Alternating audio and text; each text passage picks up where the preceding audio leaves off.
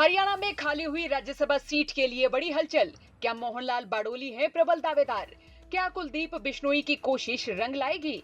जी हां, कृष्णलाल पंवार के हरियाणा की बीजेपी सरकार में मंत्री बनने के बाद राज्यसभा की सीट खाली हो गई थी। अब कृष्णलाल पंवार के इसराना से विधायक बनने के बाद खाली हुई राज्यसभा की एक सीट के लिए कई नेताओं ने लॉबिंग करनी शुरू कर दी है। कई नेताओं के नाम चर्चाओं में हैं। अब ये सीट एससी कोटे से खाली हुई है, लेकिन बिश्नोई, जाट, ब्राह्मण और दलित चेहरों ने लॉबिंग शुरू कर दी है। बीजेपी के प्रदेश अध्यक्ष मोहनलाल बाडोली राज्यसभा सीट के प्रबल दावेदार फिलहाल माने जा रहे हैं और मोहनलाल बाडोली के राज्यसभा सदस्य होते ही संजय भाटिया प्रदेश अध्यक्ष के मजबूत दावेदार बन जाएंगे। लेकिन इसी बीच सबसे ज्यादा निगाहें टिकी हुई हैं कुलदीप बिश्नोई पर। अब सवाल है कि हरियाणा में खाली हुई राज्यसभा सीट अब किसके हिस्से आएगी? भव्य बिश्नोई की आदमपुर विधानसभा सीट से हार के बाद अब बिश्नोई परिवार अपनी सियासत का ग्राफ बरकरार रखने की कोशिश में है।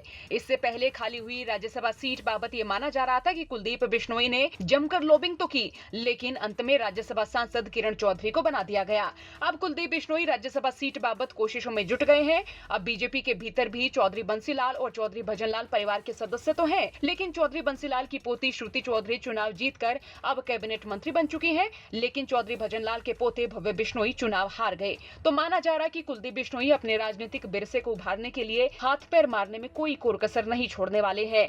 राज्यसभा के लिए पूर्व सीएम चौधरी भजनलाल के बेटे कुलदीप बिश्नोई, पूर्व सांसद सुनीता दुग्गल, प्रदेश अध्यक्ष मोहनलाल बाडोली, पूर्व सांसद संजय भाटिया और बीजेपी के दलित नेता सुदेश कटारिया का नाम फिलहाल तक चर्चा में बना हुआ है। हालांकि जातीय समीकरण को देखें तो कृष्णलाल पंवार एससी कोटे से राज्यसभा गए थे, तो इसलिए उम्मीद जताई जा रही कि एससी कोटे से ही नेता राज्यसभा में भेजा जाएगा। लेकिन सवाल ये बना हुआ है कि कुलदीप बिश्नोई के हिस्से राज्यसभा सीट नहीं आती है तो उनका सियासी ग्राफ किस ओर होगा?